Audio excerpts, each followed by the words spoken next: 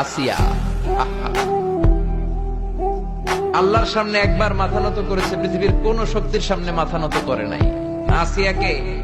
আসিয়া এবং ফেরাউনের finance minister, অর্থমন্ত্রীর বিবি লুকিয়ে কালিমা পড়েছে, সাইয়েদনা মূসা আলাইহিস সালামের উপর ঈমান এনেছে। ফেরাউন শুনে দুইজনকে ডেকে নিয়ে আসলো।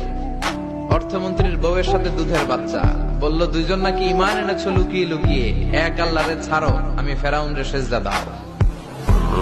এরা বলল জীবন যাবে কিন্তু ঈমান যাবে না, জীবন দিব কিন্তু ঈমান দিব। প্রথমে ধরলো অর্থমন্ত্রীর বউকে, তাড়াতাড়ি আমার পায়ে সেজদায় লুটিয়ে পড়ো। সে বলে না, জীবন যাবে ঈমান যাবে না।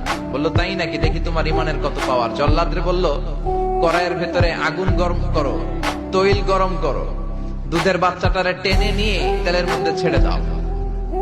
কল্পনা করতে পারেন দুধের বাচ্চা